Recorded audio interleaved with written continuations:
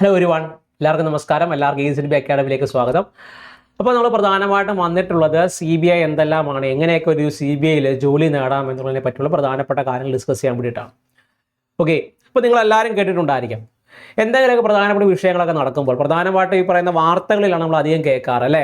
ഈ പറയുന്ന സ്റ്റേറ്റ് പോലീസിന് അന്വേഷണത്തിൽ തൃപ്തികരമല്ലാത്തത് കൊണ്ട് കേസുകൾ CBIക്ക് വിടുന്നു, അല്ലെങ്കിൽ ഈ പറയുന്ന പ്രധാനപ്പെട്ട അന്വേഷണങ്ങൾ ചുരുളഴിയാത്തത് കൊണ്ട് സെൻട്രലിൽ നിന്ന് CBI കേരളത്തിലേക്ക് കൊണ്ടുവരുന്നു അല്ലേ.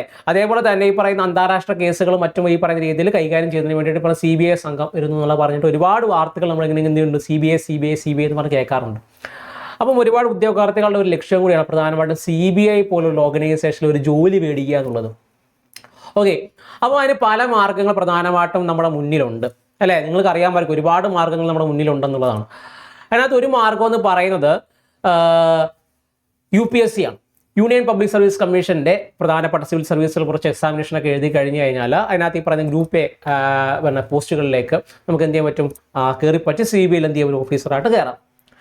രണ്ടാമതൊരു വഴിയെന്ന് പറഞ്ഞു കഴിഞ്ഞാൽ അത് ഇച്ചിരി ഒരു സമയമെടുക്കുന്ന ഒരു പദ്ധതിയും കൂടിയാണ്, അല്ലെങ്കിൽ ഒരു പ്രോഗ്രാമും കൂടിയാണ്. കാരണം ആദ്യം തന്നെ സ്റ്റേറ്റ് സർവീസുകളിലേക്ക് കയറുക, അതായത് ഈ പറയുന്ന പോലീസിലേക്ക് മറ്റും കയറുക, പോലീസിൽ നിന്നുകൊണ്ട് തന്നെ ഡെപ്യൂട്ടേഷനും മറ്റും മേടിച്ച് എന്ത് ചെയ്യുക, നമുക്ക് ഈ പറഞ്ഞ CBIയിലേക്ക് പോകാം. അത് രണ്ടാമത്തെ വഴി. മൂന്നാമത്തെ വഴി എന്ന് പറഞ്ഞു കഴിഞ്ഞാൽ സ്റ്റാഫ് സെലക്ഷൻ കമ്മീഷൻ നടത്തുന്ന പരീക്ഷകൾ വഴി നമുക്ക് എന്ത് ചെയ്യാം, CBIയിലേക്ക് കയറി പറ്റാൻ പറ്റും. ഇപ്പോൾ CBIയിലേക്ക് സ്റ്റാഫ് സെലക്ഷൻ കമ്മീഷൻ്റെ പരീക്ഷ എന്ന് പറയുമ്പം കുറേ പരീക്ഷകളിലൂടെ CBIയിലേക്ക് കയറി പറ്റാം. അതിനകത്ത് ഒരു വഴി എന്ന് പറഞ്ഞു കഴിഞ്ഞാൽ SSC GD വഴി കയറാം. അതായത് SSC GD വഴി ഈ പറയുന്ന രീതിയിൽ ASA റൈഫിൾസിലോ ഈ പറയുന്ന CRPFലോ CSFലൊക്കെ ജോലി കിട്ടിയ ശേഷം ഡെപ്യൂട്ടേഷൻ മേടിച്ച് നമുക്ക് എങ്ങോട്ടേക്ക് വരാം, CBIയിലേക്ക് വരാം. അല്ലെങ്കിൽ ഈ പറയുന്ന രീതിയിൽ ഇപ്പോൾ CBIയിലേക്ക് മാത്രം ഈ പറയുന്ന രീതിയിൽ ചില നോട്ടിഫിക്കേഷൻസ് വരുന്ന സമയങ്ങളിൽ അതിലേക്ക് അപേക്ഷിച്ച് നമുക്ക് ഈ പറയുന്ന രീതിയിൽ ക്ലർക്ക് തസ്തികകളിലേക്ക് മറ്റുമായിട്ട് എന്ത് ചെയ്യാൻ പറ്റും, അവിടെ ജോലി കയറാം. മറ്റ് ഒരു പ്രധാനപ്പെട്ട ഒരു വഴിയെന്ന് പറഞ്ഞു കഴിഞ്ഞാൽ ഇപ്പോൾ എല്ലാവർക്കും ഈ പറഞ്ഞ രീതിയിൽ UPSC സിവിൽ സർവീസ് എക്സാമിനേഷൻ എഴുതിയ ശേഷം ഈ പറയുന്ന CBIയിലേക്ക് കയറാൻ പറ്റിയെന്ന് വരില്ല. ഓക്കെ, അപ്പോൾ അങ്ങനെയുള്ളവർക്ക് പ്രധാനമായിട്ടും CBIയിലേക്ക് കയറി പറ്റാൻ സാധിക്കുന്ന ഒരു പോസ്റ്റ് എന്ന് പറയുന്നത് അത് നമ്മുടെ SSC സ്റ്റാഫ് സെലക്ഷൻ കമ്മീഷൻ നടത്തുന്ന കമ്പൈൻഡ് ഗ്രാജുവേഷൻ ലെവൽ എക്സാമിനേഷൻ വഴിയാണ്. Combined graduation level examination CGL വഴിയാണ് അല്ലേ. CGL വഴി നമുക്ക് സബ് ഇൻസ്പെക്ടർ എന്ന് പറഞ്ഞ റാങ്കിലേക്ക് എന്ത് ചെയ്യാൻ പറ്റും, കയറി പറ്റാൻ വേണ്ടി സാധിക്കും എന്നുള്ളതാണ്. അപ്പോൾ അതിന് പ്രധാനമായിട്ടും വേണ്ട കുറച്ച് കാര്യങ്ങളാണ് ഡിസ്കസ് ചെയ്യുന്നത്. ആദ്യം തന്നെ ഈ സബ് ഇൻസ്പെക്ടർ എന്ന റാങ്കിലേക്കാണ് ഞാൻ പറഞ്ഞു ഈ പറയുന്ന CGL എക്സാമിനേഷൻസ് വഴി നമ്മൾ കയറി പറ്റുന്നത്. പ്രധാനമായിട്ടും നമ്മൾ ഈ പറയുന്ന പോലീസിലും മറ്റ് സേനാ വിഭാഗങ്ങളിലും കാണപ്പെടുന്ന പോലെ കാക്കിയിട്ട് നിൽക്കുന്ന ഒരു യൂണിഫോം ആയിരിക്കില്ല. ഓക്കെ, അങ്ങനെ ആരെങ്കിലും കണ്ടാൽ തന്നെ ഓർത്തിരിക്കുക, പ്രധാനമായിട്ട് IPSലോ മറ്റും അല്ലെങ്കിൽ ഈ പറഞ്ഞ സ്റ്റേറ്റ് സർവീസുകളിലും മറ്റുമായിട്ട് പോലീസ് സർവീസുകളിലും മറ്റുമായിട്ട് സേവനം അനുഷ്ഠിച്ചിട്ട് ഉള്ളവർ എന്ത് ചെയ്യുന്നത്, ഡെപ്യൂട്ടേഷൻ മേടിച്ച് CBIയിലേക്ക് വരുമ്പോഴാണ് എന്ത് ചെയ്യുന്നത്, അവർക്ക് എന്ത് ചെയ്യുന്നത്, പ്രധാനമായിട്ട് ഈ കാക്കി യൂണിഫോം എന്ത് ചെയ്യുന്നത് ലഭിക്കുന്നത് എന്നുള്ളതാണ്. ഓക്കെ, അത്ര പറയുന്ന രീതിയിൽ കോൺഫിഡൻഷ്യലിറ്റി ഒക്കെ എന്ത് ചെയ്യും, പ്രധാനമായിട്ട് മെയിൻറ്റെയിൻ ചെയ്ത് നിൽക്കുന്ന ഒരു ഓർഗനൈസേഷൻ കൂടിയാണ് CBI എന്ന് പറയുന്നത്. ഓക്കെ, ഒരു ഏകദേശ പ്രായം എന്ന് പറയുന്നത് ഏകദേശം 20-30 വയസ്സിനിടയിൽ പ്രായമുള്ളവർക്ക് എന്ത് ചെയ്യാൻ പറ്റും, ഈ പറയുന്ന CGLന് വേണ്ടി അപേക്ഷിക്കാൻ വേണ്ടി സാധിക്കും എന്നുള്ളതാണ്. 20-30 പ്രായം, ഓക്കെ, 20 വയസ്സിനും 30 വയസ്സിനിടയിലുള്ളവർക്ക് എന്ത് ചെയ്യാൻ പറ്റും, ഈ പറയുന്ന CGLന് അപേക്ഷിക്കാൻ വേണ്ടി സാധിക്കും. മറ്റൊരു കാര്യം, ഇതൊരു ഗ്രൂപ്പ് B ഗസറ്റഡ് പോസ്റ്റ് ആണ് അല്ലേ. ഗ്രൂപ്പ് B ഗസറ്റഡ് പോസ്റ്റ് ആണ്. ഗ്രൂപ്പ് Aയിലേക്ക് പോകണമെന്നെങ്കിൽ നിങ്ങൾ എന്ത് ചെയ്യണം, UPSCയുടെ എക്സാമിനേഷൻസ് തന്നെ എഴുതേണ്ടതായിട്ട് വരുമെന്നുള്ളതാണ്. ഓക്കെ, അപ്പോൾ ഇത് ഏകദേശം മനസ്സിലായല്ലോ. ഇനി പ്രധാനമായിട്ട് അറിയേണ്ടത് അതിൻ്റെ വിദ്യാഭ്യാസ യോഗ്യതയാണ്. ഇപ്പോൾ എനിക്ക് 20 മുതൽ 30 വയസ്സിനിടയിലുള്ള ഒരു പ്രായമുള്ള ഒരു വ്യക്തിയാണ്. ഓക്കെ, അതെനിക്കെല്ലാം ഓക്കെയാണ്. ഇനി അറിയേണ്ടത് നിങ്ങൾക്ക് വേണ്ടത് എന്ത് വിദ്യാഭ്യാസ യോഗ്യതയാണെന്നുള്ളതാണ്. അല്ലെങ്കിൽ വിദ്യാഭ്യാസ യോഗ്യത എന്ത് വേണമെന്നുള്ളതാണ്. ഒന്ന് പ്രധാനമായിട്ടും വേണ്ടത് ഒരു ബാച്ചിലർ ഡിഗ്രിയാണ്, അല്ലെങ്കിൽ ഒരു ഡിഗ്രി പ്രധാനമായിട്ടും ഉണ്ടായിരിക്കണം. വെറും ഡിഗ്രി അല്ലെങ്കിൽ റെക്കഗ്നൈസ്ഡ് യൂണിവേഴ്സിറ്റി, ഇന്ത്യയിൽ പ്രധാനമായിട്ട് അറിയപ്പെടുന്ന റെക്കഗ്നൈസ്ഡ് യൂണിവേഴ്സിറ്റിയിൽ നിന്നും നല്ലൊരു പാസ് മാർക്ക് മേടിച്ചുകൊണ്ട് പാസ്സായിട്ടുള്ള ഏതൊരു വ്യക്തിക്ക് എന്തിലേക്ക് അയക്കാൻ വേണ്ടി പറ്റും, CGLലേക്ക് അപേക്ഷകൾ സമർപ്പിക്കാൻ വേണ്ടി സാധിക്കും എന്നുള്ളതാണ്. ഓക്കെ, CGLലേക്ക് അപേക്ഷ സമർപ്പിക്കാൻ വേണ്ടി സാധിക്കും. പിന്നെ CGLലെ ചില പോസ്റ്റുകൾക്ക് ഈ പറഞ്ഞ രീതിയിൽ ചില എഡ്യൂക്കേഷൻ മാനദണ്ഡങ്ങൾ പ്രധാനമായിട്ടും പറയാറുണ്ട്. CBIക്ക് അങ്ങനെ പ്രധാനപ്പെട്ട അങ്ങനെയൊന്നുമില്ല. ഈ ഏതെങ്കിലും ബാച്ചിലർ ഡിഗ്രി മതി, അതിപ്പോൾ ഫിസിക്സോ കെമിസ്ട്രി ബയോളജിയോ സ്റ്റാറ്റോ എഞ്ചിനീയറിങ്ങോ, ഓക്കെ, അതല്ല ഈ പറഞ്ഞ രീതിയിൽ നിങ്ങൾ ഈ പറയുന്ന എന്താണ് ഫിനാൻസോ മറ്റെന്ത് പഠിച്ചാലും നിങ്ങൾക്ക് എന്ത് പറ്റും, ഈ പറയുന്ന രീതിയിൽ അപേക്ഷകൾ കൊടുക്കാൻ വേണ്ടി സാധിക്കും. ഇനി ഞാൻ ഇത്രയും നേരമായിട്ട് CBI എന്ന് പറഞ്ഞു. എന്താണ് CBIയുടെ ജോലി എന്ന് മാത്രം പറഞ്ഞില്ല അല്ലേ. പ്രധാനമായിട്ട് എന്താണ് CBIയുടെ ജോലി എന്ന് മാത്രം പറഞ്ഞില്ല അല്ലേ. CBIയുടെ ജോലി പ്രധാനമായിട്ട് ഈ പറഞ്ഞ CGL വഴി എഴുതി കയറിയിട്ട് കിട്ടുന്ന CBIയുടെ സബ് ഇൻസ്പെക്ടർ എന്ന് പറഞ്ഞ റാങ്കിലേക്ക് കയറി പറ്റുന്ന ഒരു ഉദ്യോഗാർത്ഥികൾ പ്രധാനമായിട്ട് നേരിടേണ്ടി വരുന്ന കുറച്ച് കാര്യങ്ങളാണ്. ഒന്ന്, investigation of cases by conducting inquiries and investigations in the cases related to corruptions, economic offences, cyber crime and organised crime. Okay, organised ക്രൈമുകൾ, സൈബർ കുറ്റകൃത്യങ്ങൾ, എക്കണോമിക് ഒഫൻസസ്, ഈ പറയുന്ന രീതിയിൽ നികുതി വെട്ടിപ്പ് മറ്റു കാര്യങ്ങൾ നടത്തുക. അതേപോലെ തന്നെ അതുമായിട്ട് ബന്ധപ്പെട്ടുള്ള കേസുകൾ കൈകാര്യം ചെയ്യുന്നതെല്ലാം ആരാണത്? CBI ആണ് അല്ലേ? ആരാണത്? CBI ആണ്. രണ്ടാമതായിട്ട് conducting raids and searches at suspended locations to uncover illegal activities. They are also seize documents and money relevant to the ongoing investigation. Okay, ആ പ്രധാനമായിട്ട് ഈ പറയുന്ന ഒരു ഇൻവെസ്റ്റിഗേഷൻ നടക്കുന്നതിൻ്റെ ഭാഗമായിട്ട് ഈ പറയുന്ന കള്ളപ്പണം മറ്റു കാര്യങ്ങളൊക്കെ എന്താണ് സൂക്ഷിക്കുകയും അതുമായിട്ട് ബന്ധപ്പെട്ട എന്തെങ്കിലും കാര്യങ്ങൾ പ്രധാനപ്പെട്ട വിവരം ലഭിക്കുകയാണെങ്കിൽ എന്ത് ചെയ്യുന്നുണ്ട്, ഇവർ ഇത്തരത്തിൽ പോയി റെയ്ഡുകളും മറ്റും നടത്താറുണ്ട്. ഓക്കെ, ഈ കള്ളപ്പണം മാത്രമല്ല, ഈ പറയുന്ന ഇല്ലീഗൽ ആക്ടിവിറ്റി ആയിട്ട് പറയുന്ന ഡ്രഗ്സുമായിട്ട് ബന്ധപ്പെട്ട കാര്യങ്ങളും ഈ പറയുന്ന എന്താണ് ട്രാഫിക്കിങ്ങുമായിട്ട് ബന്ധപ്പെട്ട കാര്യങ്ങളിലായാലും ഒരു കേസ് ലഭിച്ചു കഴിഞ്ഞാൽ എന്ത് ചെയ്യുക, അതുമായിട്ട് ബന്ധപ്പെട്ട അന്വേഷണങ്ങൾ ആര് നടത്താറുണ്ട്? CBI നടത്താറുണ്ടെന്നുള്ളതാണ്. മറ്റൊന്ന് ഹാൻഡിലിംഗ് കോർട്ട് പ്രൊസീജിയേഴ്സ് എന്നുള്ളതാണ്, അല്ലെ proceedings by assisting in preparing charge sheet and presenting case findings in the court. അതായത് പ്രധാനമായിട്ട് ഈ പറയുന്ന ഒരു കോടതി ഒരു എന്താണ് ഒരു കേസ് പ്രധാനമായിട്ട് ഏൽപ്പിക്കുകയാണ്, അല്ലെങ്കിൽ ഈ പറയുന്ന രീതിയിൽ ഒരു കേസുമായി ബന്ധപ്പെട്ട ചാർജ് ഷീറ്റ് പ്രിപ്പയർ ചെയ്യുക. അതേപോലെ തന്നെ കോടതിക്ക് വേണ്ട ഫൈൻഡിങ്സ്, അല്ലെ ഒരാൾ കുറ്റകൃത്യം ചെയ്തിട്ടുണ്ടോ ഇല്ലേ, അല്ലെ ഈ പറയുന്ന സ്ഥാപനം ചെയ്തിട്ടുണ്ടോ ഇല്ലേ, അപ്പോൾ അതുമായിട്ട് ബന്ധപ്പെട്ടിട്ടുള്ള കാര്യങ്ങൾ ഫൈൻഡിങ്സ് കോടതിയെ എന്താണ് അറിയിക്കുക. അതിന് വേണ്ടിയുള്ള വ്യക്തമായ എന്താണ് തെളിവുകൾ അടിസ്ഥാനപ്പെടുത്തിയിട്ട് കോടതിയെ അറിയിക്കുക എന്നുള്ളത് ആരുടെ ഒരു ഉത്തരവാദിത്തം കൂടിയാണ്? CBIയുടെ ഉത്തരവാദിത്തമാണ്. മറ്റൊന്ന് ഈ പറയുന്ന relation with the other agencies by working in coordination with the state police forces, intelligence agencies. They have the authority assistance from the state police for conducting operations across the different states എന്നുള്ളതാണ്. അതായത് ഒരു കാര്യം മനസ്സിലാക്കേണ്ട ഒരു കാര്യം എന്ന് പറഞ്ഞു കഴിഞ്ഞാൽ CGL എന്ന് പറയുന്ന പോസ്റ്റിൽ ഈ പറയുന്ന CGL വഴി കിട്ടുന്ന ഈ പറയുന്ന CBI എന്ന് പറയുന്ന പോസ്റ്റിലേക്ക് ഒരു പ്രത്യേകത പറഞ്ഞ ഓൾ ഇന്ത്യ തലത്തിൽ നമുക്ക് എന്ത് വർക്ക് ചെയ്യേണ്ടതായിട്ട് വരും. അതായത് കേരളത്തിൽ മാത്രമല്ല, കേരളത്തിന് പുറത്തുള്ള ഈ പറയുന്ന പ്രധാനപ്പെട്ട എല്ലാ സ്റ്റേറ്റുകളും നമുക്ക് എന്ത് ചെയ്യേണ്ടി വരും? ജോലി ചെയ്യേണ്ടതായിട്ട് വരും. അപ്പോൾ ഇതൊരു യൂണിഫോംഡ് ഫോഴ്സ് അല്ല, പക്ഷേ ഇത് സെൻട്രൽ ഫോഴ്സ് ആണ്. അപ്പോൾ അതിന്റെ ഭാഗമായിട്ട് നമ്മൾ ഈ പറഞ്ഞ സ്റ്റേറ്റ് പോലീസുമായിട്ടൊക്കെ ചേർന്നുകൊണ്ടായിരിക്കും എന്ത് ചെയ്യുന്നത്, നമ്മൾ പ്രവർത്തിക്കുന്നത് എന്നുള്ളതാണ്. അപ്പോൾ നമുക്ക് ആവശ്യമുള്ള സമയങ്ങളിൽ സ്റ്റേറ്റ് പോലീസിന്റെ സഹായം ചോദിക്കുക, അവർ തരേണ്ടതാണ്, നിർബന്ധമായിട്ടുള്ള കാര്യങ്ങളാണ് അല്ലേ.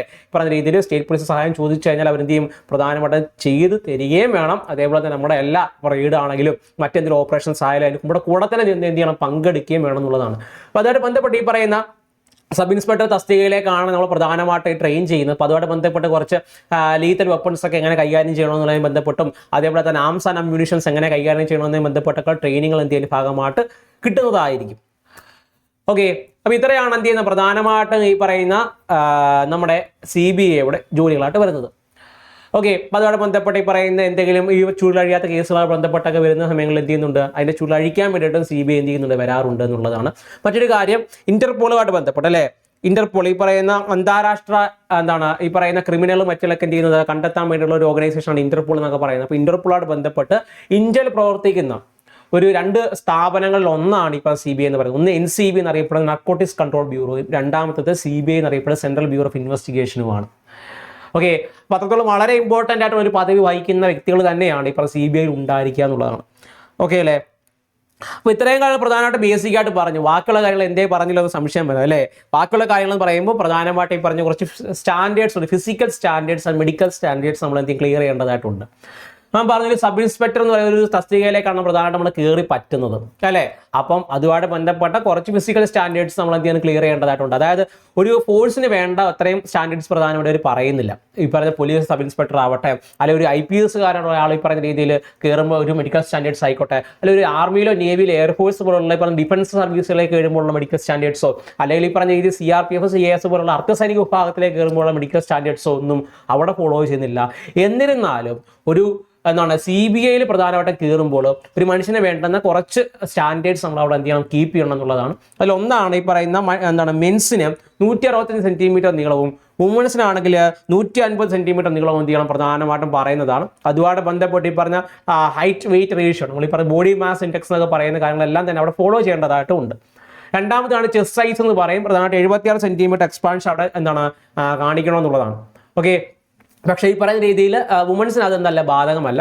പിന്നെ പറഞ്ഞാൽ വിഷൻ വളരെ വളരെ വ്യക്തമായിട്ട് തന്നെ ഈ പറയുന്ന ഐസൈറ്റ് ഉണ്ടായിരിക്കണം അല്ലേ.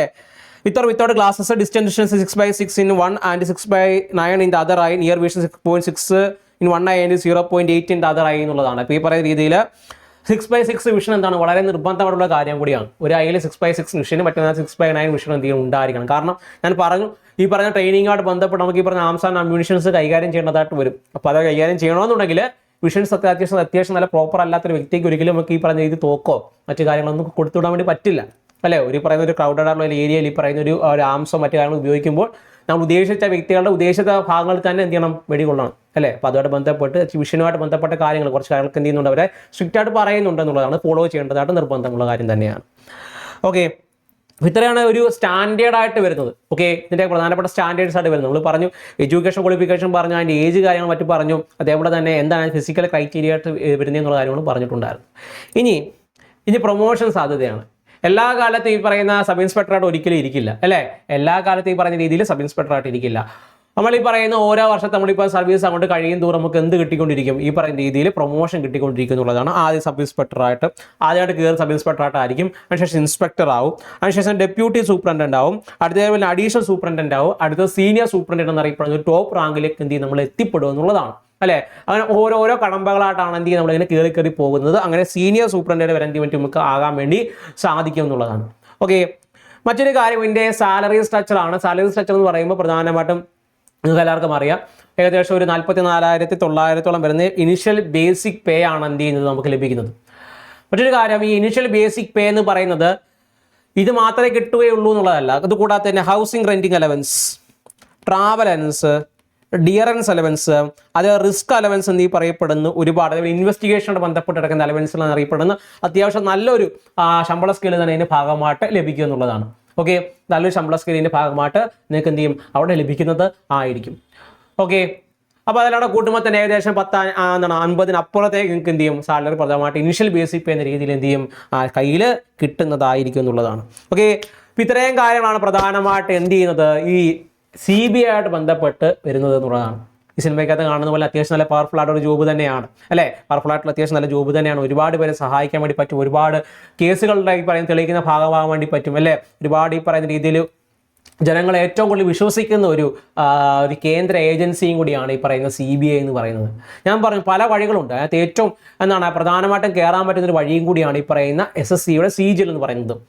മറ്റൊരു കാര്യം പറയാതിരിക്കാൻ പറ്റില്ല, അത്യാവശ്യം നല്ല കട്ട് ഓഫ് ഒക്കെ എന്ത് ചെയ്യുന്നുണ്ട് ഈ പറയുന്ന CGLന്റെ ഭാഗം ബന്ധപ്പെട്ട് എന്ത് ചെയ്യുന്നുണ്ട് വരാറുണ്ട്. ഓക്കെ, പറയുന്ന CGLലെ മറ്റ് പരീക്ഷകളുടെ കൂട്ടം തന്നെ എനിക്കറിയാം. CGL എന്ന് പറയുമ്പോൾ തന്നെ അത്യാവശ്യം SSCയുടെ പരീക്ഷകളിൽ അത്യാവശ്യം നല്ല കട്ടുള്ള പരീക്ഷ കൂടി തന്നെയാണ് ഈ പറയുന്ന CGL എന്ന് പറയുന്നത്. എന്നും പറഞ്ഞു ആർക്കും ക്ലിയർ ചെയ്യാൻ പറ്റില്ല എന്നുള്ളതല്ല. അത്യാവശ്യം നല്ല ഹാർഡ് വർക്ക് ചെയ്യുന്ന ഏതൊരു വിദ്യാർത്ഥിക്ക് ക്ലിയർ ചെയ്യാൻ പറ്റുന്ന പരീക്ഷ തന്നെയാണ്. അത്യാവശ്യം നല്ല ഹാർഡ് വർക്ക് ചെയ്യേണ്ട ഒരു വിദ്യാർത്ഥിക്ക് എന്ത് ചെയ്യാൻ പറ്റും തീർച്ചയായിട്ടും ക്ലിയർ ചെയ്യാൻ പറ്റുന്ന പരീക്ഷ തന്നെയാണ് SSC CGL എന്ന് പറയുന്നത് അല്ലേ. പിന്നെ പ്രത്യേകത പറഞ്ഞു കഴിഞ്ഞാൽ കട്ട് ഓഫ് കാണും. കാരണം എന്ന് പറഞ്ഞാൽ ഒരുപാട് നമ്മൾ മറ്റ് ഓർഗനൈസേഷൻസ് പോലെ തന്നെ റെയിൽവേ വിളിക്കുന്നത് പോലെയോ അല്ലെങ്കിൽ പറഞ്ഞ സ്റ്റേറ്റ് പോലീസ് ഫോഴ്സ് വിളിക്കുന്ന പോലെയുള്ള വലിയ രീതിയിലുള്ള വേക്കൻസികൾ എന്ത് ചെയ്യുന്നില്ല അവിടെ കാണില്ല. ഓക്കെ, അതാണ് ഒരു പ്രധാനമായിട്ടും പറയാനുള്ള ഒരു കാര്യം എന്ന് പറയുന്നത്. ഓക്കെ, പക്ഷേ വളരെ പവർഫുൾ ആയിട്ടൊരു ജോലിയാണ്. ഒരുപാട് പേരെ സേവനം ഈ പറയുന്ന രീതിയിൽ എന്ത് ചെയ്യും പറ്റും സേവിക്കാൻ കഴിയുന്നൊരു ജോലിയാണ്. ഒരുപാട് റെസ്പെക്റ്റ് നേടുന്നൊരു ജോലിയാണ്. അതേപോലെ തന്നെ വിവിധ അതേപോലെ തന്നെ കേരളത്തിലെ വിവിധ ഏജൻസിയായിട്ട്, കേന്ദ്രത്തിലുള്ള വിവിധ ഏജൻസിയായിട്ട്, അന്താരാഷ്ട്ര ഏജൻസികളായിട്ട് എന്ത് ചെയ്യാൻ പറ്റും ഇത്തരത്തിൽ വിനിമയം നടത്തുന്ന ഒരു സെൻട്രൽ ഇൻ്റലിജൻസ് എന്ന് പറയുമ്പോൾ പറയല്ലേ അങ്ങനെയുള്ള ഒരു ഏജൻസിയും കൂടിയാണ് ഇപ്പോൾ സെൻട്രൽ ബ്യൂറോ ഓഫ് ഇൻവെസ്റ്റിഗേഷൻ എന്ന് പറയുന്നത്. ഓക്കെ, അപ്പം ഇത്രയാണ് ഈ പറഞ്ഞ CBI കുറിച്ച് അങ്ങനെ ഒരുപാട് പേര് ഒരുപാട് വട്ടം കേട്ടിട്ടുള്ള കാര്യം തന്നെയല്ല. ഈ പറഞ്ഞ CBI എന്ന് കേട്ടിട്ടുള്ള അല്ലാതെ എങ്ങനെ ജോലിക്ക് കയറണമെന്ന് അറിയാൻ പറ്റാത്ത ഒരുപാട് കുട്ടികൾ കാണും. അപ്പോൾ അവർക്ക് ഒരു ഏകദേശം ഒരു ഇൻഫോർമേറ്റീവ് വീഡിയോ ആയിട്ടാണ് എന്ത് ചെയ്യുന്നത് പ്രധാനമായിട്ട് ഇത് വന്നിട്ടുള്ളത്. ഓക്കെ, എങ്ങനെ കയറാം, ഏത് പരീക്ഷ വഴി കയറാം എന്നുള്ളതൊക്കെയാണ് ആദ്യം നമ്മൾ ഡിസ്കസ് ചെയ്ത് പോയിട്ടുണ്ടായിരുന്നത്. ഓക്കെ, അപ്പോൾ ഇതാണ് ഇതിൻ്റെ പ്രധാനപ്പെട്ട വഴികളെന്ന് പറയുന്നത്. അതേപോലെ തന്നെ മറ്റൊരു കാര്യം കൂടെ പറയട്ടെ. അതായത് നമ്മുടെ റെയിൽവേയുടെ പ്രധാനപ്പെട്ട റെയിൽവേയുടെ എക്സാമിനേഷൻസ് എല്ലാം ഇപ്പോൾ വിളിച്ചിട്ടുണ്ടായിരുന്നു. അപ്പോൾ അതുമായിട്ട് ബന്ധപ്പെട്ട് നമ്മുടെ NTPC എക്സാമിനേഷൻസ് എന്താണ് ഇനി വരാനിരിക്കുകയാണ് NTPC എക്സാമിനേഷൻസ് ഇനി വരാനിരിക്കുകയാണ്. അത്തരത്തിൽ വരാൻ പോകുന്ന NTPC എക്സാമിനേഷൻസിനെ വേണ്ടി പഠിക്കുന്നവരാണെങ്കിൽ നമ്മുടെ RRB NTPC വേണ്ടി കംപ്ലീറ്റ് ബാച്ച് നമ്മൾ ലോഞ്ച് ചെയ്തിട്ടുണ്ടായിരുന്നു. ഇതിൻ്റെ ഭാഗമായിട്ട് നിങ്ങൾക്ക് പറഞ്ഞ ലൈവ് റെക്കോർഡ് ക്ലാസ്സുകളും ഡൗൺലോഡ് ചെയ്യുന്ന PDF നോട്ടുകളും എല്ലാം അതിൻ്റെ ഭാഗമായിട്ട് നിങ്ങൾക്ക് ലഭിക്കുന്നതായിരിക്കും. ഓക്കെ, ഒരുപാട് ഫീച്ചേഴ്സ് ഉണ്ട്. ഇവിടെ ടോപ്പിക് വൈസ് ക്ലാസ്സുകളും ഡൗട്ട് ക്ലിയർ സെഷൻസും ബേസിക് ട്രെയിനിങ് എല്ലാം ഇതിൻ്റെ ഭാഗമായിട്ട് നൽകി വരുന്നുണ്ട്. അപ്പോൾ നിങ്ങൾക്ക് ഈ പറയുന്ന NTPCയുടെ ബാച്ചിലേക്ക് ജോയിൻ ചെയ്യാൻ വേണ്ടി താല്പര്യമുള്ളവരാണെങ്കിൽ ഈ താഴെക്കാണ് നമ്മൾ വിളിച്ച് നിങ്ങൾക്ക് കോൺടാക്ട് ചെയ്യാനും സാധിക്കുന്നതാണ്.